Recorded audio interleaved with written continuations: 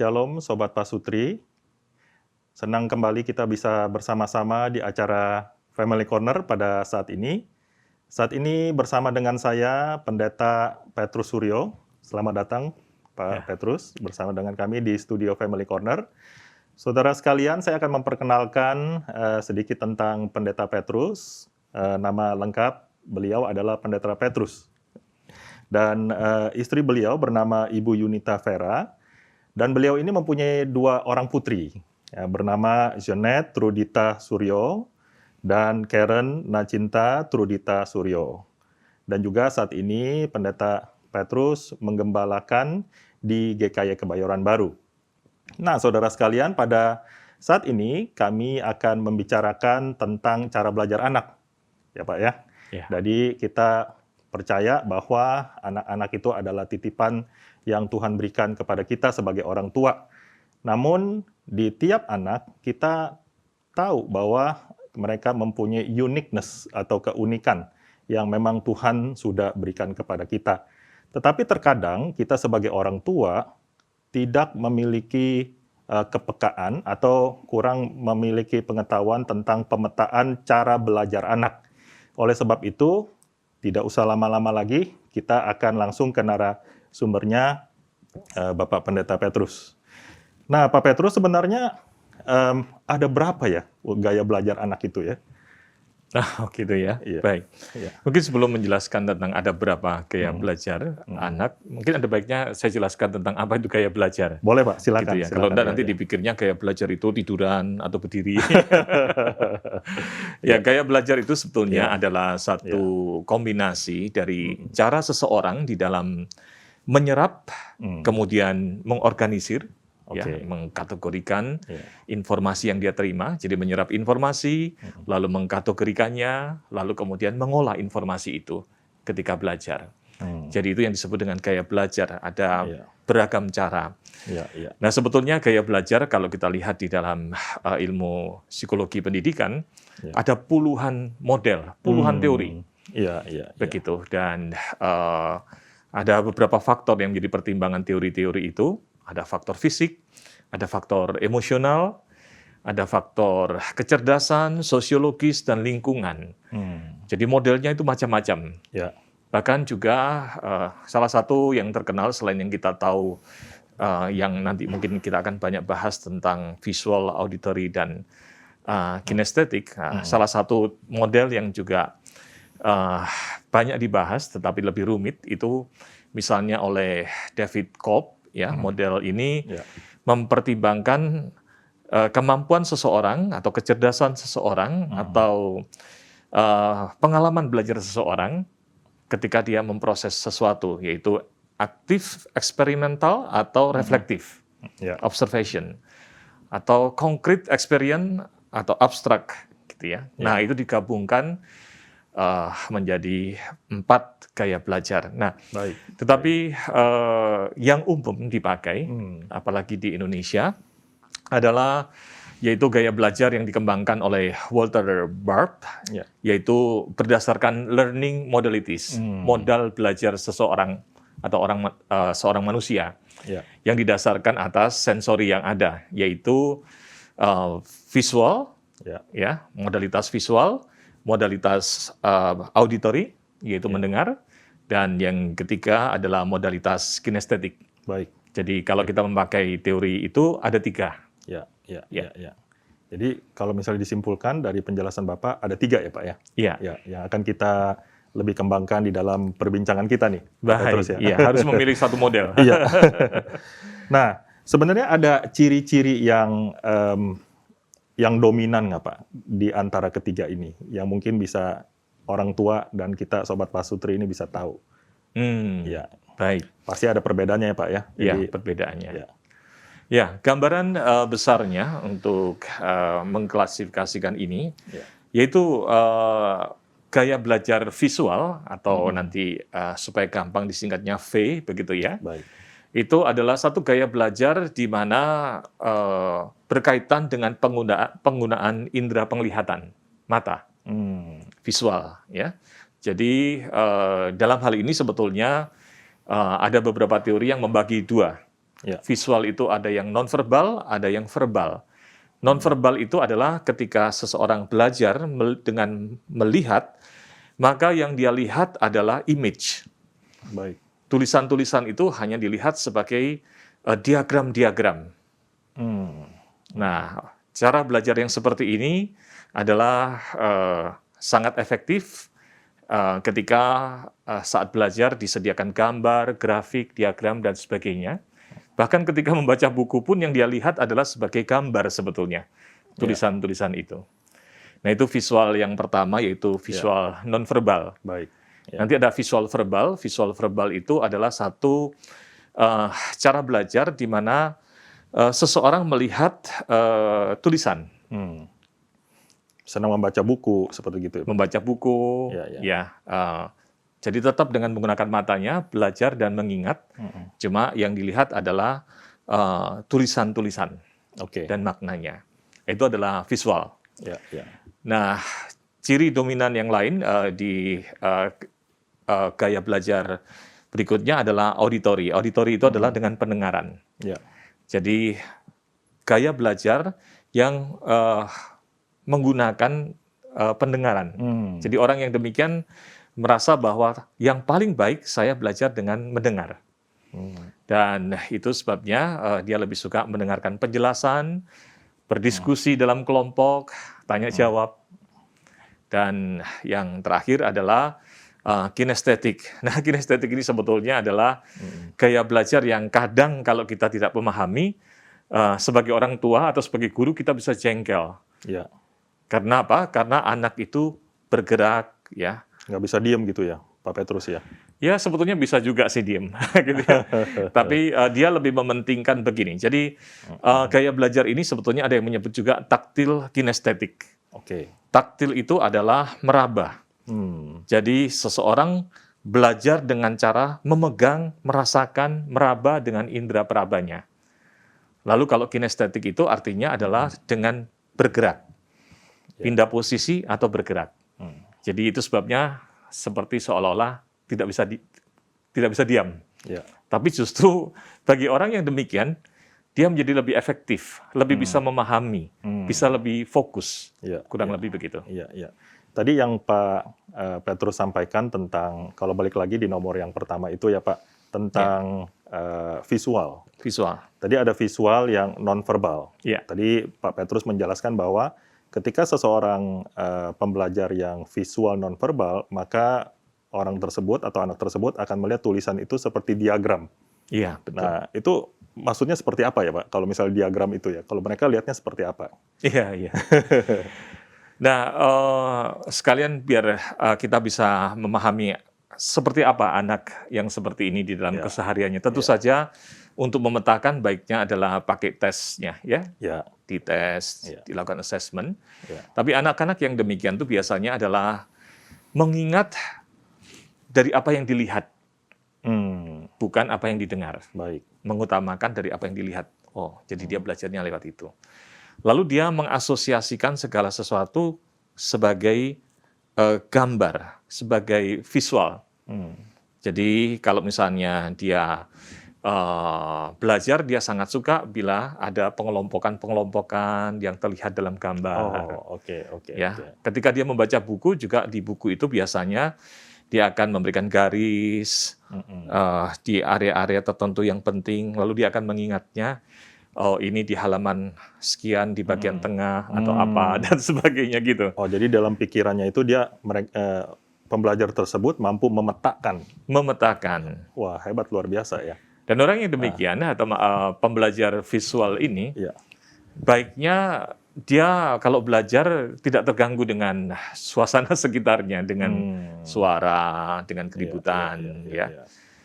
Itu gambarannya. Jadi kalau boleh dibilang, orang-orang yang visual nonverbal ini adalah tipe orang yang bisa fast reading, bisa membaca dengan cepat. Bisa dikatakan seperti itu nggak Pak Petrus?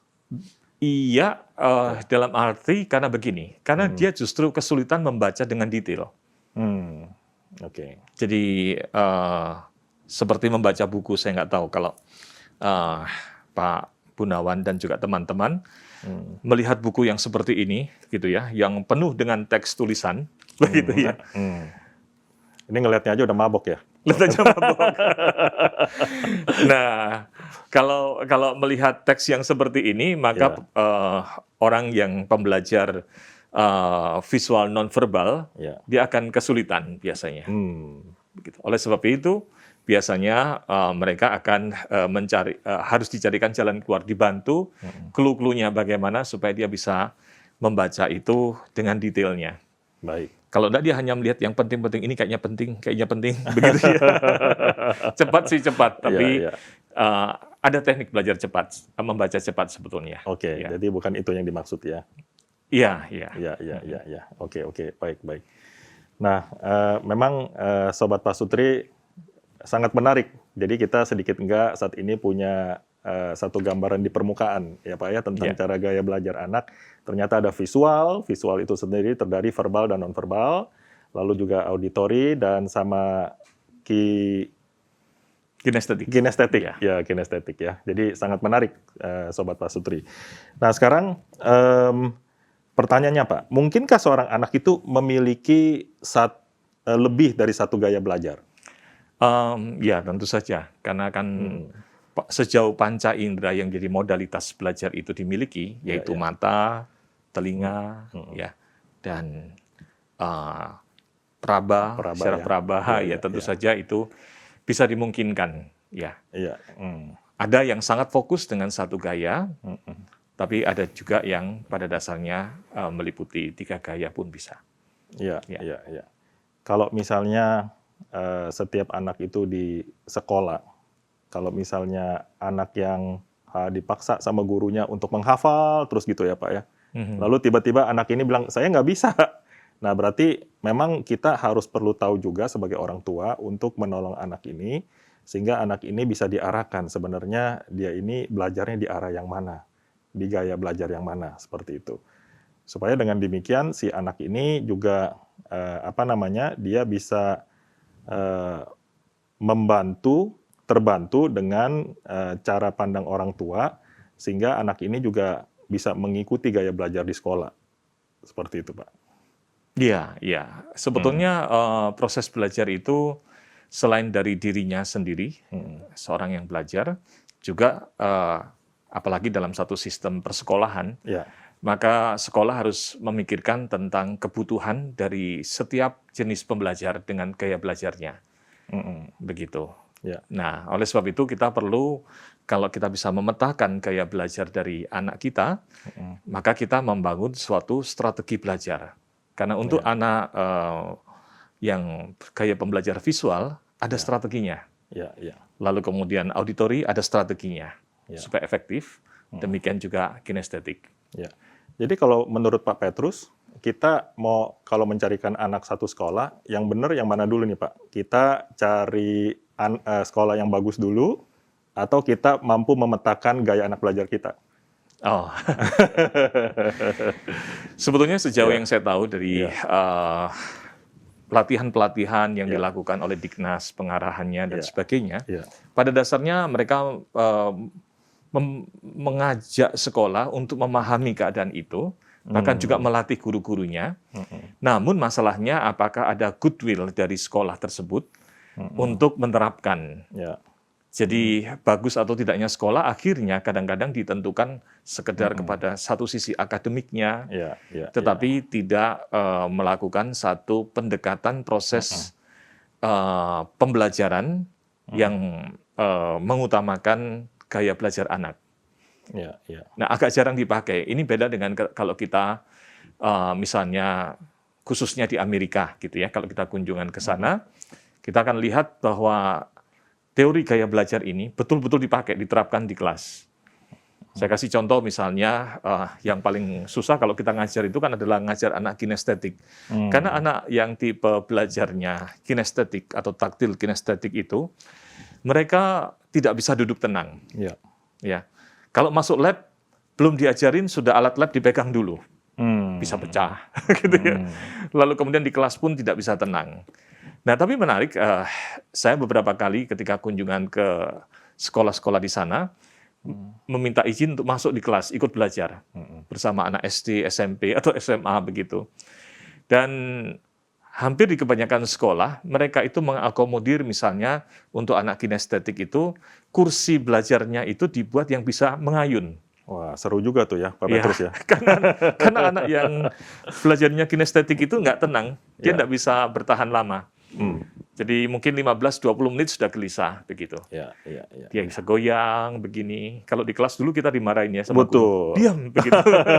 Kalau ini malah disediakan kursinya itu ada di gambar ya. Kursinya itu ngayun, ada kursi yang diberi kenjotan sepeda. Oh, itu menarik gitu. Baik. Ya, jadi memang Amerika itu memfasilitasi. Jadi mereka itu memetakan dari gaya anak belajarnya dulu, baru mereka mulai menyusun rencana-rencana ataupun strategi yang akan dipakai.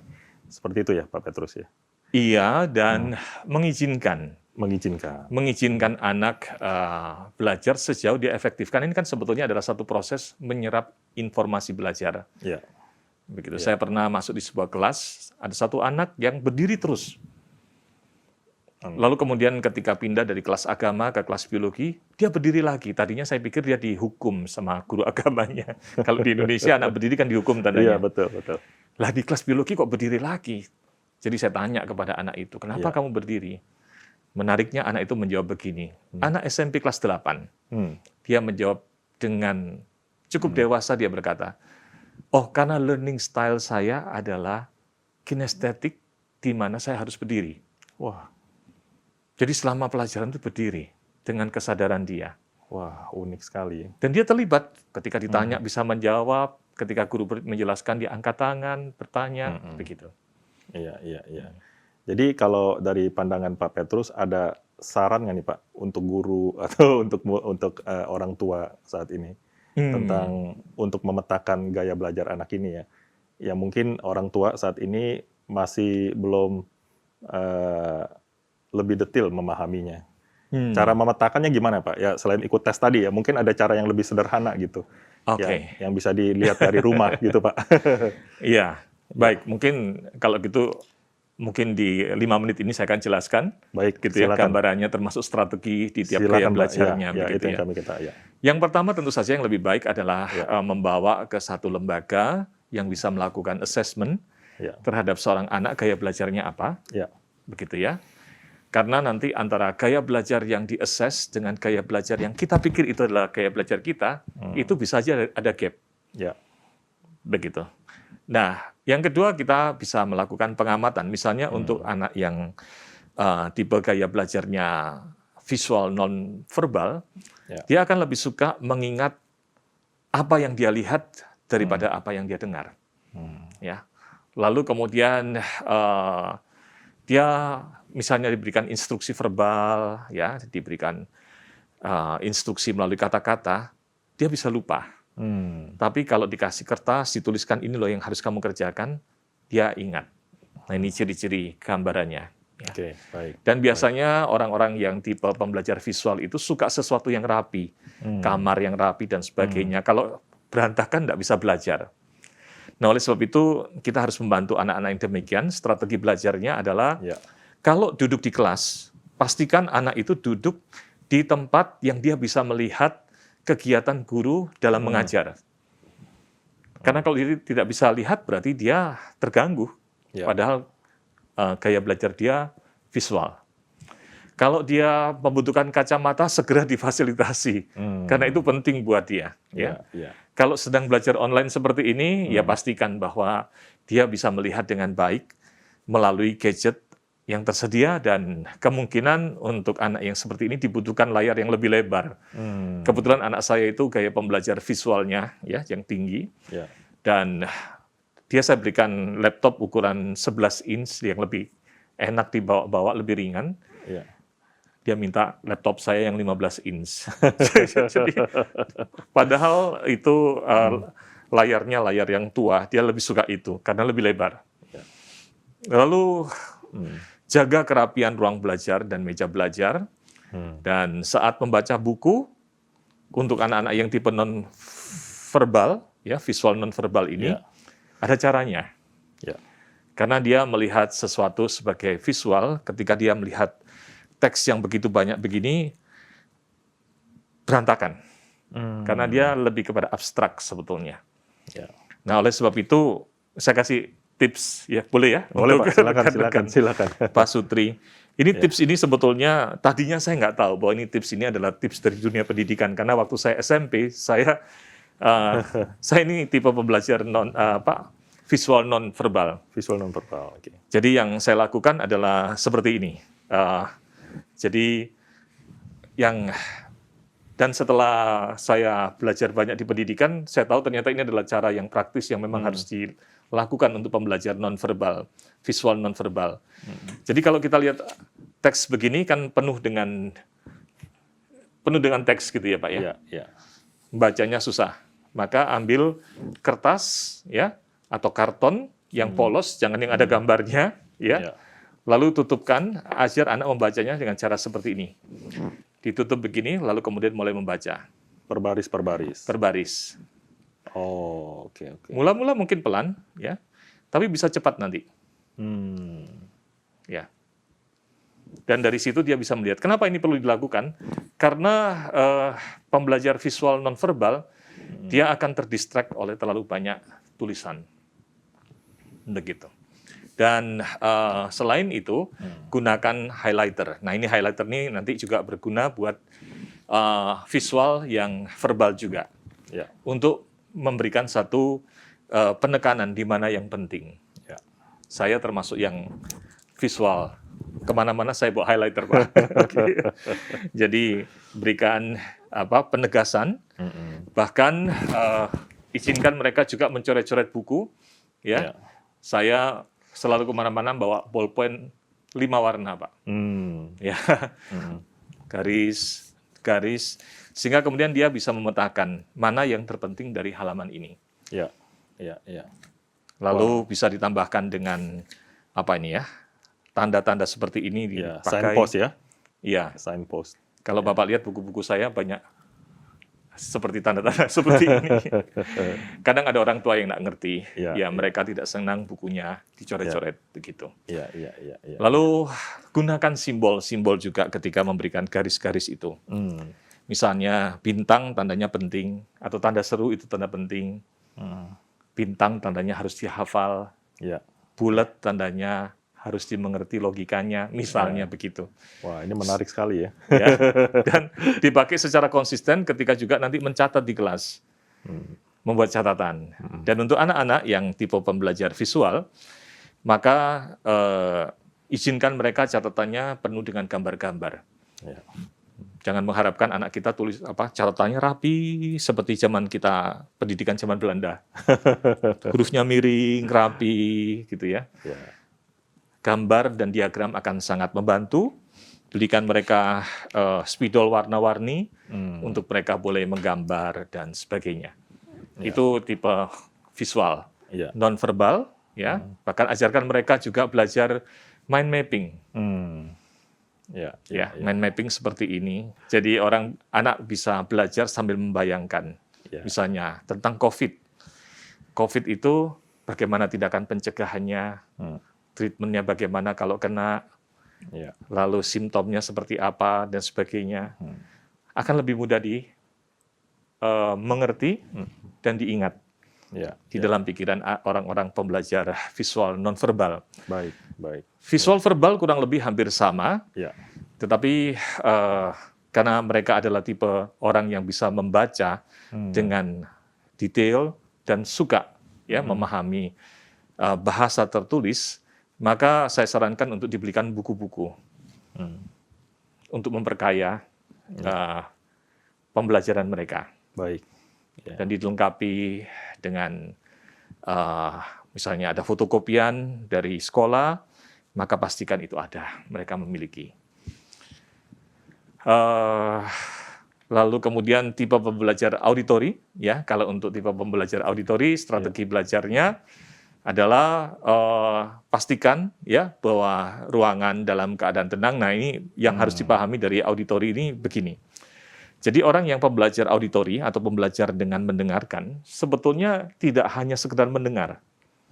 Jadi orang tipe pembelajar auditori itu dia akan belajar 50% mendengar, dan kemudian dilanjutkan dengan 50% lagi tahap keduanya berbicara. Oke, baik. Jadi kalau dia hanya mendengar saja, itu separuh belajarnya. Nah, oleh sebab itu harus ditutup dengan satu lingkaran penuh ketika dia mengulang, mencerna, dan menyimpannya. Itu sebabnya kalau kita lihat anak kita, kadang-kadang pulang ke rumah waktu anak kecil, lalu niru jadi gurunya di depan kaca. Begitu ya. Itu baik juga, karena itu dia lagi sedang proses memberikan satu reinforcement terhadap pengetahuan yang dia dengar. Jadi untuk anak-anak yang tipe ini, pastikan mereka duduk di kelas di tempat yang dia masih bisa mendengar gurunya dengan jelas. Lalu ketika memakai gadget selama online, pastikan gadgetnya itu bukan hanya sekedar bunyi, tapi bisa terdengar dengan jernih dan enak didengar. Kalau enggak, menjadi gangguan buat mereka belajar. Ya, lalu kalau mereka mencatat, nah tipe auditori ini juga malas mencatat ini biasanya. Jadi karena mereka pikir dengan mendengar sudah cukup. Ya, baik. Nah, tapi itu tidak bisa. Kalau mereka hanya mendengar saja, nanti waktu dia mengulangnya, dia tidak punya guidance. Kesulitan. Nah, oleh sebab itu, ajarkan mereka mencatat dengan cara sambil mencatat, sambil menggumamkan apa yang penting dari apa yang dia catat. Misalnya, contohnya, karena demikian besar Allah mengasihi dunia, sehingga ia mengaruniakan anaknya yang tunggal, gitu ya. Nah, mana yang penting, sambil dia tulis, sambil dia sebut. Dengan demikian dia merasa ada satu upaya untuk memberikan stigma antara yang ditulis dan dengan apa yang ada di otak dia. Dan bila memungkinkan, minta gurunya izin untuk merekam. Nah, setelah itu 50% lainnya, yaitu setelah dia mendengarkan, minta dia ketika pulang sekolah untuk membicarakan apa yang dipelajari. Bisa disampaikan ke orang tua, tapi bisa juga silakan di kamar ngomong sendiri. Dan setiap belajar caranya begitu. Habis dia membaca, sambil berbicara, kasih dia kesempatan, dorong dia untuk kemudian menceritakan kembali apa yang dia pelajari. Kepada siapa? Kepada diri sendiri. Saya dulu tipe auditori. Dan sekali lagi, saya menemukan sendiri cara saya belajar. Waktu kecil sampai saya kuliah, maka selalu saya taruh senjata rahasia saya. Ini malu jadinya. Jadi ini bukan alat orang narsis. Dulu dipikir saya narsis gitu ya, suka lihat wajah saya sendiri. Maka saya selalu menaruh cermin seperti ini di depan meja belajar saya, dan kemudian saya akan berbicara. Jadi saya akan selesai membaca dengan bersuara, lalu kemudian saya menceritakan lagi apa yang saya pelajari itu kepada seseorang, yaitu saya yang ada di cermin itu. Nah, dengan demikian saya jadi lebih mengerti, lebih bisa mengingat, mengulang dengan baik. Dan sampai sekarang banyak hal-hal yang saya pelajari pada waktu saya masih sekolah, masih teringat dalam pikiran saya, termasuk konsep-konsepnya, begitu. Dengan cara yang tadi Bapak lakukan ya? Iya, kalau sekarang bisa pakai selfie cam. Lalu ajarkan mereka jembatan keledai. Ya, jembatan keledai itu misalnya singkatan-singkatan yang lebih mudah dihafal. Dulu masih ingat waktu belajar tentang unsur-unsur kimia. Nah, itu dia. Itu paling susah ya, lalu kita buat jembatan keledainya. Anak saya, Sianet, kemarin masuk SMA. Nah, sama anak Bapak juga SMA kelas 1 ya, kelas 10. Mulai dengan kimia, lalu langsung saya katakan kepada Sianet, ini loh cara menghafalkannya. Tapi Bapak tahu dia menolak. Dia bilang kuno papi yang seperti itu. Lalu dia sudah hafal rupanya. Dengan cara apa? Ada lagunya. Lagunya itu lagu bahasa Inggris. Tentang unsur-unsur kimia itu, tabel unsur itu. Dan dia langsung hafal dengan cepat, padahal baru berapa minggu sekolah. Jadi itu adalah cara untuk anak-anak auditori. Jadi siapkan alat-alat bantu yang sesuai. Nah, kalau anak taktil kinestetik ini, strateginya, ya kita harus pertama membantu mereka, ya, menyediakan alat-alat yang bisa dipraktekkan. Karena taktil kinestetik ini meraba, bergerak, dan sebagainya. Yang kedua, izinkan mereka untuk anak-anak taktil, izinkan mereka untuk membawa sesuatu yang bisa mereka pegang. Karena nggak semua pelajaran ada sesuatu alat peraganya kan. Ya, jadi kalau mereka memiliki sesuatu yang mereka suka pegang, entah boneka atau apa, sejauh tidak distract, maka izinkan. Kadang-kadang kita nggak izinkan ya. Belajar kok sambil bawa boneka, peluk. Padahal buat mereka ini adalah bagian sambil dielus-elus, sambil mereka menghafal. Menarik ya, menarik sekali. Dan untuk anak kinestetik, ya izinkan mereka bergerak, ya berdiri sambil menghafal, sambil berjalan, dan sebagainya. Bahkan tadi bisa difasilitasi dengan diberikan peralatan yang sesuai, begitu. Ya, kurang lebih begitu strateginya. Masih banyak tips-tips menarik di video part 2. Yuk klik play di video part 2 dan ikuti diskusi kami selanjutnya.